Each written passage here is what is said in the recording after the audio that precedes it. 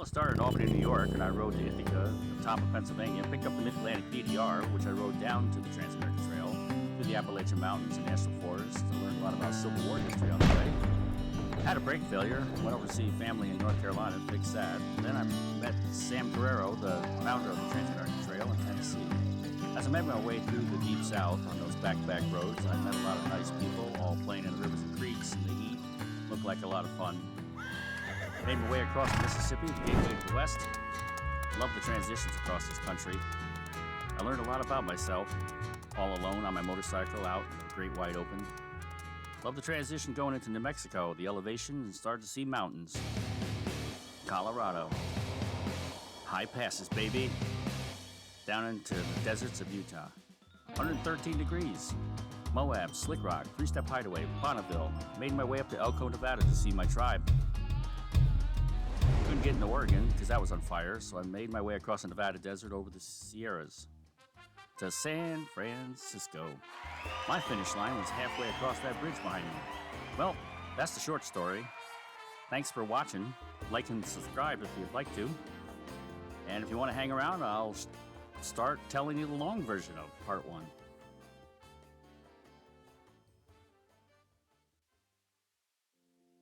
I got back, the biggest question I got was, what inspired you to take on this adventure to ride your dirt bike all alone on dirt roads all the way across the United States? And I said, well, it was people, my riding buddies, who already went on adventure rides around the United States, Canada, Alaska, other parts of the world. People on YouTube, $1 Million Bogan, Ride on Amigos, Drew Gaines, Some Guy Rides, C90 Adventures, FTA Adventures, Twoster 2, Motorcycle Travel Channel. They all offered a wealth of knowledge and experience, which I took, gave me confidence, and if they could do it, I could do it. And this quote that my late friend Joseph was known for. That reminded me we have time. We just don't know how much time we have. It was time to go. Alaska. I thought Alaska would be a great idea. I already owned this Honda ST1300, and I thought, well, I got this thing ready, and I thought, I'll go to Alaska. Unfortunately, right after the picture was taken, the rear tire blew right off, and I drifted to the side of the road. I go, nope, that's not it. Plus, I couldn't get into Canada anyways, because it was all shut down. So, plan B. Bought the maps and roll charts from Sam Carrero for the Trans-American Trail. I invested in the BDR, Gaia, GPS Kevin's tracks, all the logistics. Got everything together. Step 2. Changed my KTM 500 race bike into a full-blown adventure bike. Disassembly. To the part. Clean it. Measure parts. Order parts. Wait for parts. Reassemble. Big tank. Big seat. Big pegs. Big springs. I marinated the clutch plates like a sirloin steak. It was fun.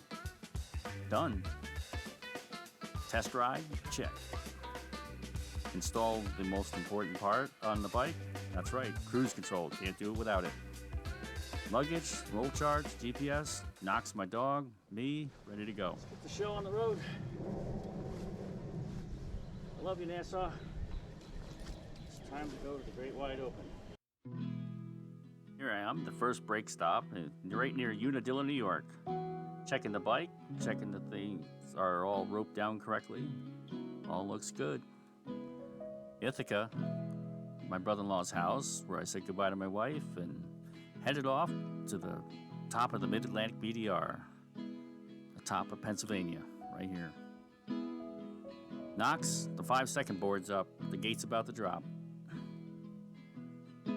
Here's some gravel travel, somewheres of nowheres in Pennsylvania. Not all gravel, sometimes you're on some back paved road. The gist of the BDR is basically you go down through the valley, up and over the mountains, valley, mountains, valley, mountains. You just keep going. In this case, I'm going to go up that mountain, I'm going to take a left, that's southbound, and I'm going to ride that ridge down to wherever it takes me. Speaking of the mountains, when I said you learn a lot about yourself, part of the adventure is learning how to be alone in the mountains. Well, aside from things that go bump in the night and all the critters that are out there. Saw 4 bears up in the Pennsylvania hills. You just don't know what's out there. Have a mechanical, you can meet crazy people. But you have to learn to cope with it. I know I rebuilt the bike, and I didn't take any chances as I rode alone, but it can get a little spooky sometimes. I think that's part of the fun of it. Making sure everything's good. Just using a little oil. Or not using, but I got a tiny leak. Oh well, that's part of the journey, huh? And everything's looking good. Got the Garmin, and we'll be heading down Route 26 here. There's miles and miles and miles of forest roads in Pennsylvania. It's amazing. I just can't say enough. I mean, and they're pretty smooth. I mean, there's a few rough sections. There was an uphill rocky section. Oh well. I mean, it's nothing for this bike, but if you had a big bike, it might be trouble. But I'm gonna go on and head down the road.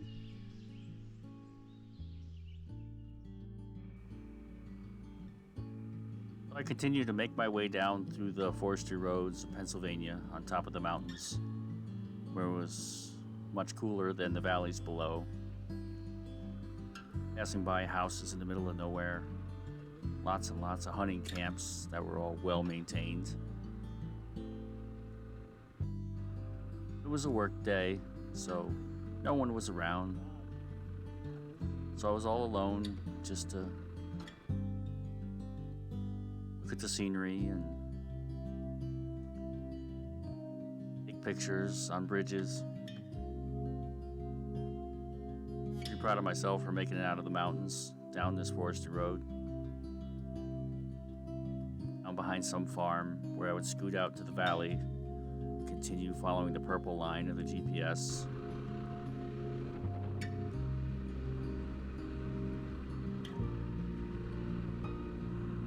How can I put this to you? I had a lot of time to think, but when you're living in the present, you really aren't thinking, I guess, in a way. You're just floating along with time, taking it all in.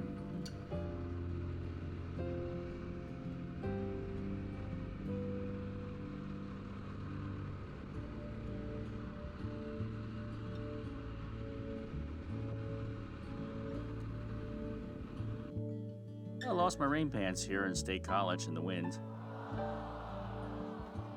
Funny how that seems more important then than it does now, but what was I gonna do if it rained?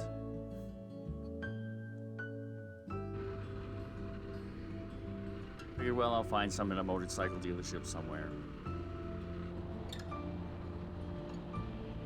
I would pass adventure riders here and there, but I think I only saw like maybe 8 across the whole USA.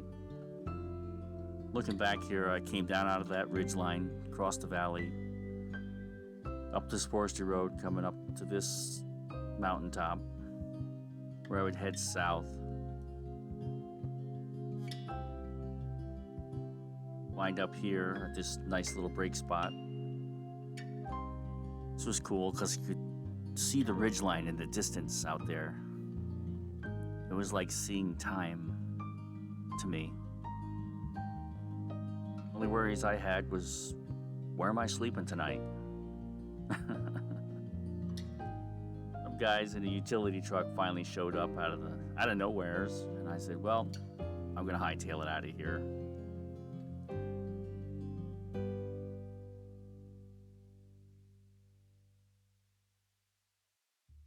This is a bridge, a wooden bridge crossing the Potomac. This is the Pennsylvania side. That's Maryland over there. Chatted with a nice person in a little toll booth, gave him 25 cents. Made it across the bridge. It was 400 planks, and they all kind of wobbled as I went across. The things you see on a trip like this. Huh?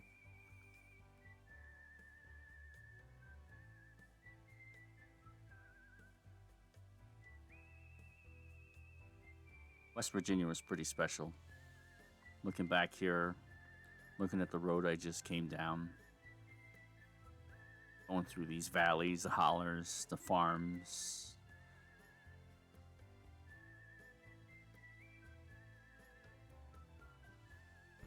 Workday traffic, as it was a weekday.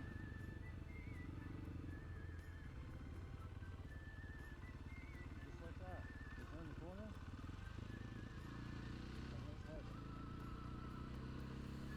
I had a lot of luck because the weather was perfect going through West Virginia, and the scenery was beautiful. Could have sat here and watched the sunbeams cross this hillside for hours. It was like a picture. It was in the moment.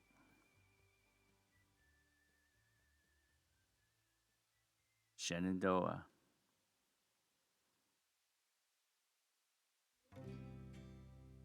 Awasi River. Hey there. Let's go. It's early in the morning in West Virginia. Let's go up the road and see some scenery. Just made my way up this side of the mountain on this little windy, curvy paved road. Finally made it up here to the top. This is what it's like. You make your way up to the top of these mountains. This one here in West Virginia. It's just magic up here. All alone. Except my shadow and I. Rooting each other on. Looking down at the hollers of West Virginia.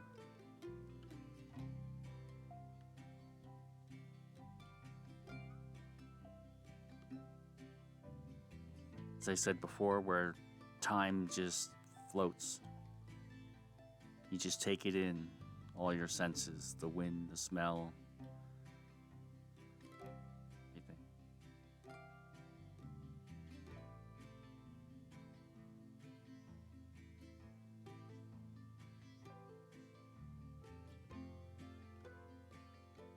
Seemed like it was another world, for sure.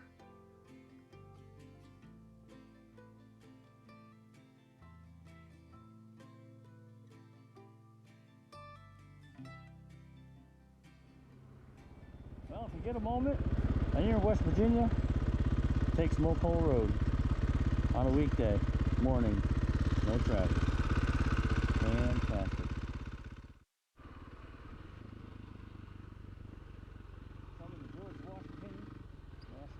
So in the George Washington National Forest and the Jefferson National Forest, heading down through West Virginia, Virginia, and these back roads, following creeks and streams. It's just, I don't know where time went. I just don't know. It just went by.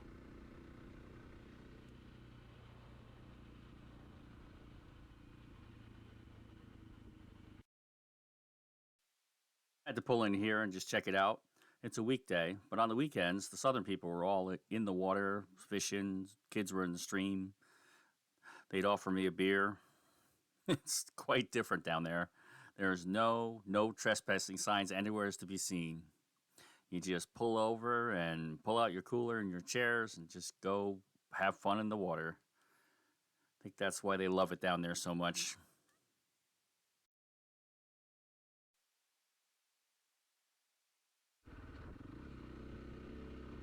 Not all of it's pavement. Check this road out. It looks like somebody's driveway or some farm road. But nope, it's actually a county road going through Virginia somewheres. That's what it's all about. At least to me. As long as the dogs don't come out, we're good.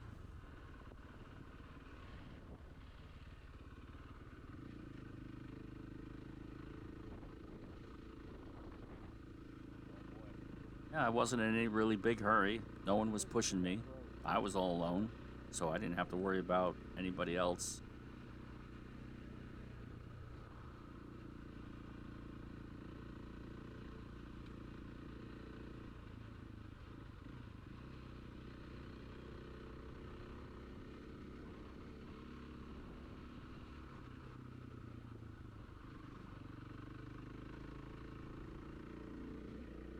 every once in a while you'd pop up out of nowhere, and all of a sudden there'd be something that surprises you, like this little pond here.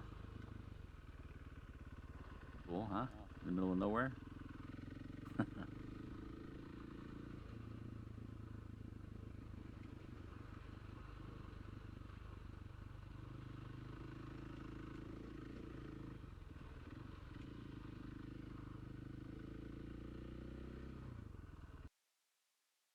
Admittedly, I can tell you this. This was my biggest mistake of the trip, right here.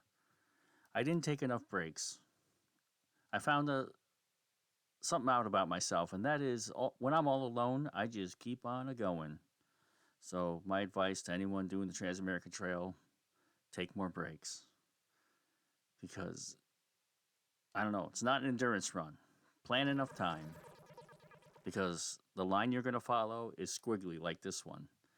It's the most inefficient way to cross America, but perhaps the most fun, in my opinion. Here's a picture of the switchbacks in North Carolina. It's going back and forth, back and forth, back and forth all the way. Those hills are steeper than they look right there. I know this because I washed the front end out once, and I shoulder rolled and went over to the side of the road, and I slid down like 30 feet, like I was on a sled. And when I stopped, I looked over and I said, wow, am I glad I have my satellite beacon on me. But that was the only time I crashed. Told me to slow down and be careful. Finishing up another national forest.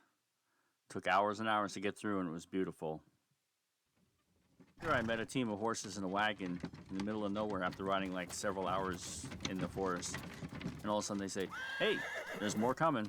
And sure enough, there were 12 more and 20 riders, and they do this every July. They all meet up and bring all their horses and teams out and make this run through the woods. It's awesome to see. I saw the most horse riders in North Carolina. Imagine that.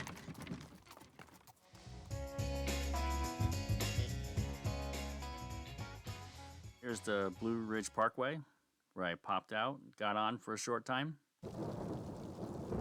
Would you believe that the whole time, this is the only spot that it rained on me? How lucky was I? Still beautiful out here.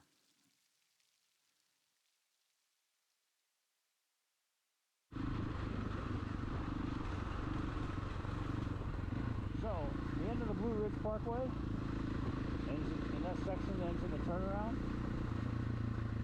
There's a road that just goes off the backside. And that's the one I took.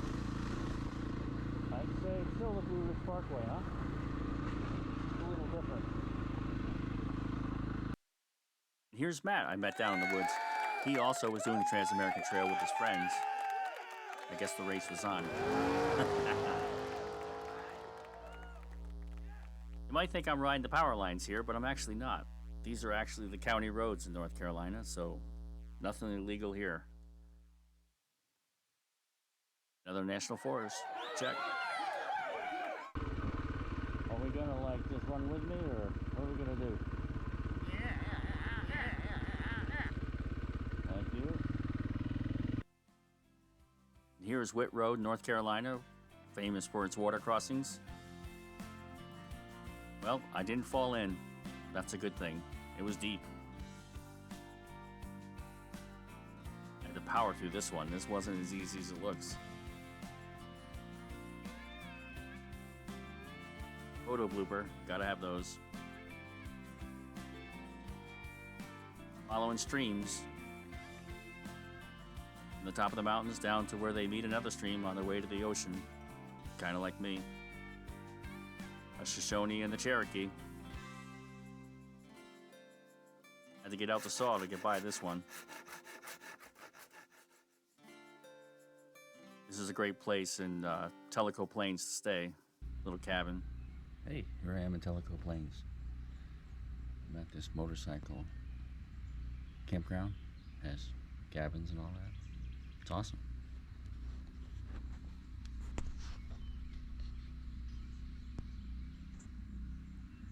Harley guy stopped there last night. Was riding one of the Harley adventure bikes.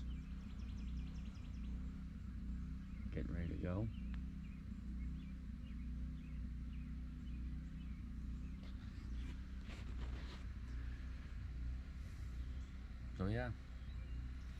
to go down through Tennessee, Chattahoochee National Forest, and some of Cherokee again, heading southwest. So, catch you on the trail.